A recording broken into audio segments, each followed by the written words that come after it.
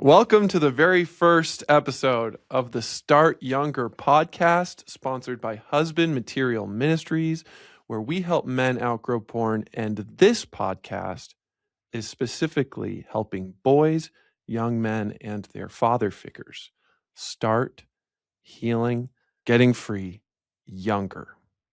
I'm here with my co-hosts, Blake Brinkman and Doug Carpenter. Here we go, guys. Hello. Let's do it. Excited.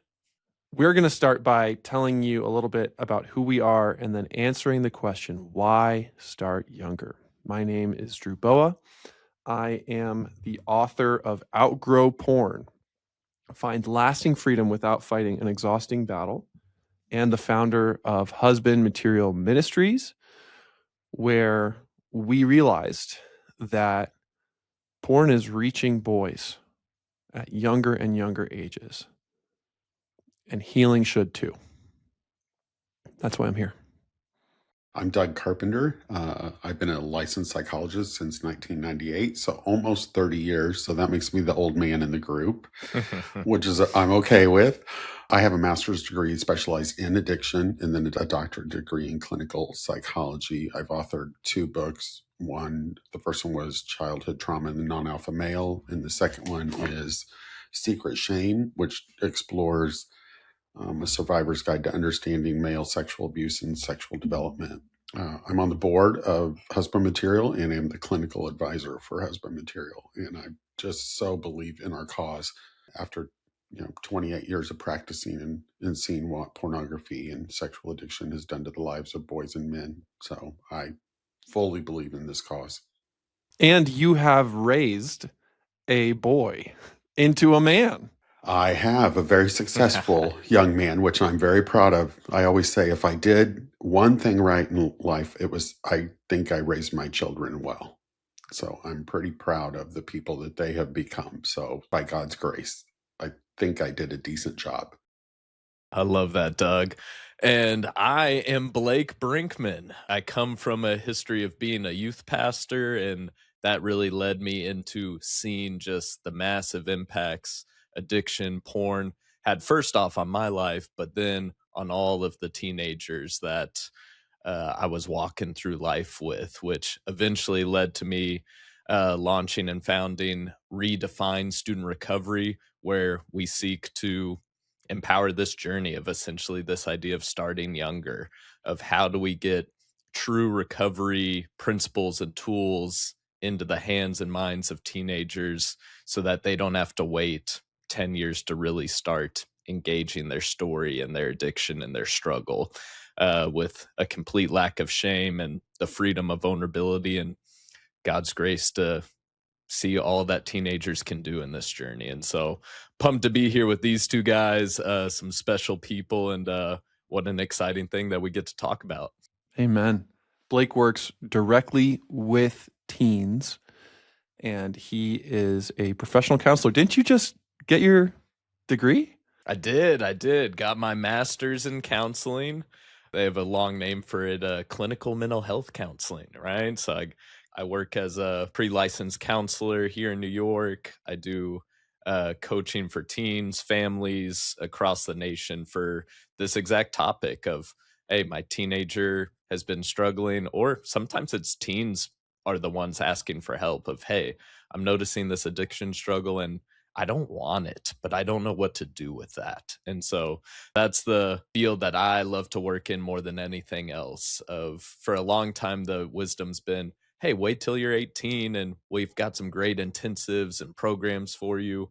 But as we all know, these struggles start around age 9, 10, 11, even before. And so like we're going to talk about, recovery and healing should too. Men and women don't get hooked on porn for the most part.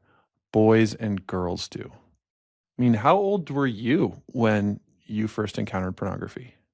Man, for me, I was actually one of the later ones. I was 15, 16, and still it had dramatic impacts on my life from that day forward. How about for you, Doug? Probably around 8. Me and my neighbor discovered his dad's stash in the basement, And then that was just very short lived. But then when I was 11, I started going to a friend's house where there was tons of pornography, and definitely involved a lot around my sexual abuse, where I was exposed to a lot of pornography. I was 13, and I'm convinced that when I experience the sexual urge to watch porn or act out in some other way, it's that 13-year-old boy showing up. Mm. It's not the mature, adult, logical, rational me. It's a much younger part of me, which is why at Husband Material we say, heal the boy to free the man. But what if we could do that not just within ourselves, but actually start healing and recovery when we're boys?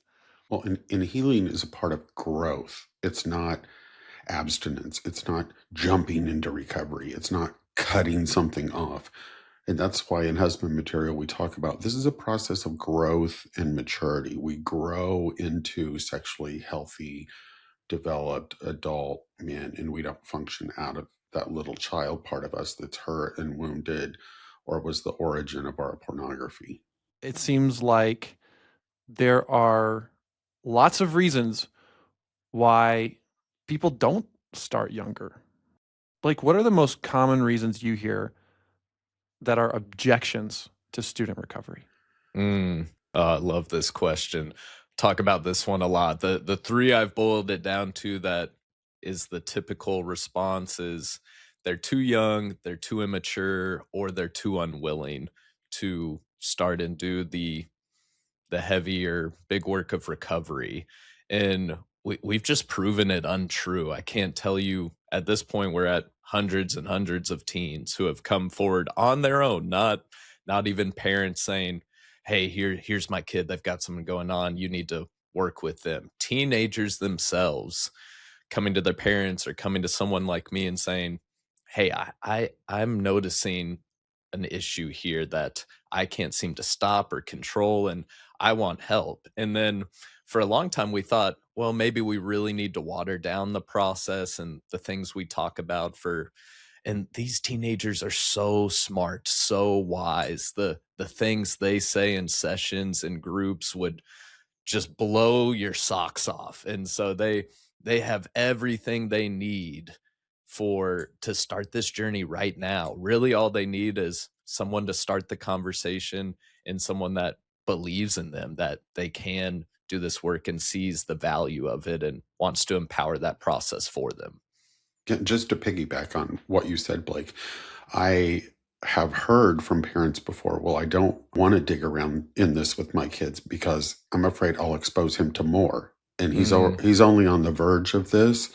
And if I talk to him more about this or we start having these conversations, it's going to push him further into the behavior, which I think is a real tragedy because they're way further in it than you realize at this point, because the internet is so explosive with exposure to all types of information. You know, it's important that you address this when it's discovered in a healthy way and not hold some of these concerns. 100%. I've been searching for this research for a long time. I can't remember where I read it or found it, but someone did some research on this idea of if I talk to my kids about sexuality or pornography or some part of my shame, it'll lead them to do the same and make the same mistakes I did. And the research basically said that's completely untrue. It's actually the opposite. The more vulnerable and connected and attuned we are in talking about our experiences and our mistakes in a very healthy and mature and regulated way, it actually helps our kids in this journey. And I think that's so true in this, that the more conversations we have, the better. And that's what we want to do here, is inspire that. Right. And that's one thing I think in my quest to be a good father that I did right, was that I started these conversations extremely young with him. Like, I kept everything very open. We talked about our bodies, how they change, what happens to them. Like, I was extremely open with my son. I developed the kind of relationship with him that he could walk in the room and basically ask me anything, and I would give him a truthful answer. I mean, some of the stuff he said to me throughout the years, I've just been shocked that he was willing to come and tell his dad about. So many parents come to me and say, well, how do I start this conversation? Well, the correct way is you start it from the very beginning, just from a very young age. With age-appropriate language. Absolutely. When my kid would go have a sleepover at somebody's house, I would say, okay, here's how sleepovers work. Sometimes sleepovers go, off the rails, and you want to look at things you shouldn't look at. And, and I just tried to prep him. And if anybody tries to touch you, you come and tell me. You're not going to be in trouble. I'm your dad. I'm here for you. I'm here to be your hero. And you just started these conversations at a very, very young age. So you build a strong foundation. And that's definitely what has to happen in this area of pornography, because exposure just keeps becoming younger and younger and younger for these young people. So while I wish that a podcast for teen boys and young men would primarily be preventative, this is primarily responsive. This is primarily acknowledging that you've probably already seen porn by that age. And if you are a teen or a young adult listening to this, you are so brave. Come on. You are so ready for this. Yes. You're never too young to start recovery, and you're never too old. It's never too late. And we also do want to offer for the fathers that are out there and the young fathers of new children of how to start this journey and to set yourself and your child up for success in having open dialogue. So we're going to talk preventative strategies and we're going to talk reactive strategies. I love that. And just to hammer down what you're saying, Drew, of any teen that's here, anyone that's here really, of this idea, you are not abnormal, you are not too far gone in any regard. You are brave and courageous for showing up here. And I say this to every teenager I work with, your story makes sense. Yes. And it makes sense how you got here. And we're three guys up here that are shouting that from the rooftops of we hold no shame over you for where you are at in your journey. And we're just excited that you're here and excited that you're taking those first steps. What an exciting place to be. You can change your brain. You can heal your heart. You can save your romantic relationships even before they start. And if you are a parent or you have the role of a guide in a young person's life, thank you for caring about this and for being open to learn. So each episode is going to have a key topic related to freedom from porn, and then some ideas about how to start this conversation with a teen boy or a young man. And then on the flip side, if you are a teen boy or a young man, how to bring this up with somebody who is supporting you. And how to manage your own internal sense of shame about all this, because that is the number one thing that's going to prevent you from outgrowing this, approaching anyone, getting help for yourself, is that sense of shame. And we want to help dispel that sense of shame and normalize what you're feeling. We're going to be shame breakers. We are the shame breakers. Shame breakers. I like that. Let's make t-shirts. Yes, that should be our theme shirt. You know, change the podcast name right now. It's now Shame Breakers. Shame breakers. It is true, though. Shame is the most intense, the most motivating factor underneath all of our struggles and addictions. And so that is where we focus on the most of where did that shame come from and how do we rewrite that and more in the context of what's true. And when we live in truth, there's freedom. And freedom is a growth process, right? It's not just this threshold of, oh, now I'm in truth and everything's good. We get to grow in truth every single day. Part of the reason we use that language of growth is because it's anti-shaming. It's a growth mindset rather than a fixed mindset. So a fixed mindset is to say, either I'm good at this or I'm bad at this. Either I'm sexually pure or I'm sexually impure. Either I'm a complete victory or I'm a total failure. And it's not binary. This is on a continuum. And at any point in time, we can fall anywhere on the continuum. That's right. And I can't tell you, every single teen I work with, I don't think I'm exaggerating this, comes in with some idea of my identity, my worth, and value is tied to quote unquote beating this struggle, right? Of Right. let me remove myself from it. And that's one of the things we focus on the most is, hey, we're just growing through this, and we're growing far more than just sobriety. We're growing the fullness and the truth of who you are as God's beloved child, as someone who's loved and valuable. And so this idea is so radical to them growing up in this performance style culture of I need to do this in order to get that. No, you already are. And we get to grow and learn as we walk this process together. Well, I think this component of shame is so important because, and I'm sure that we'll probably mention this probably every podcast and have a podcast about it, but shame tells you I did something wrong. Actually, that's a sense of guilt. Shame becomes I did something wrong because I'm bad. There's something wrong with me.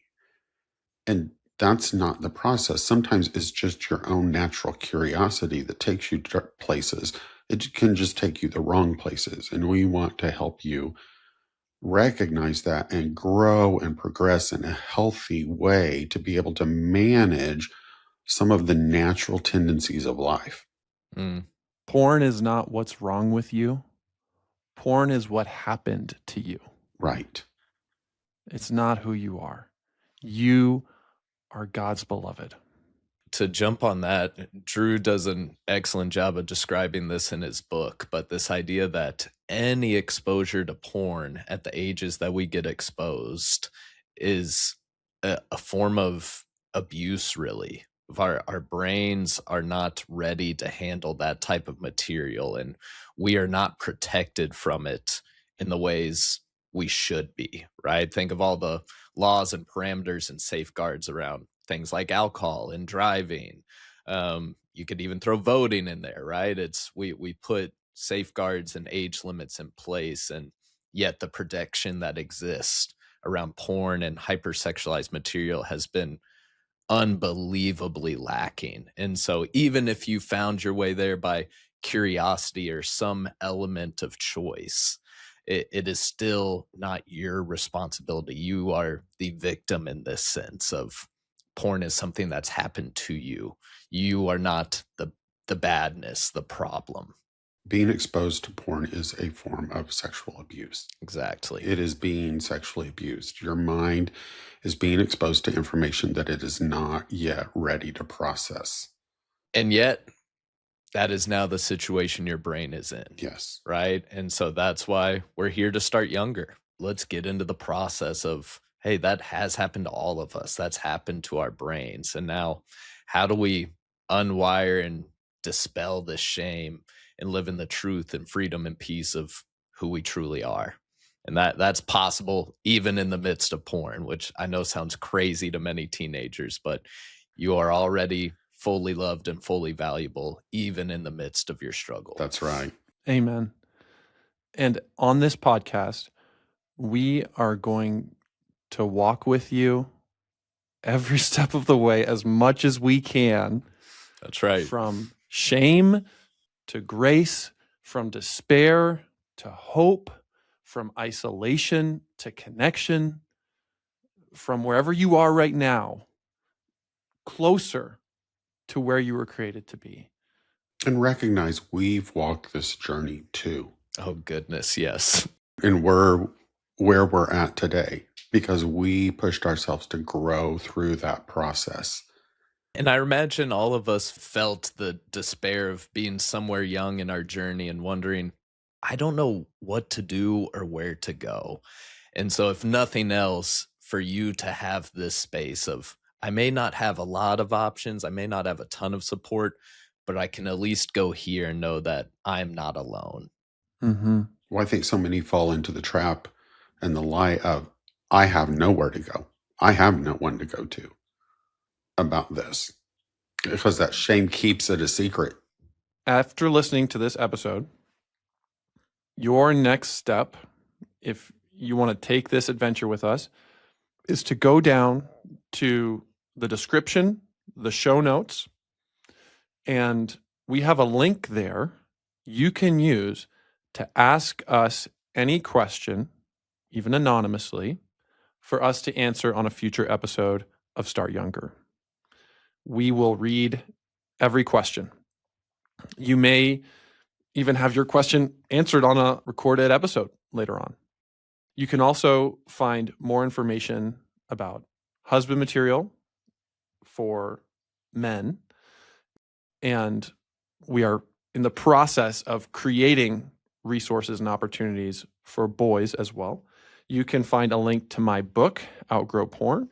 You can find a link to Blake's ministry, where you can work directly with him, as well as links to Doug's books, because childhood trauma and sexual abuse is really at the core of what keeps us trapped in porn. And we'll explain more about why later on.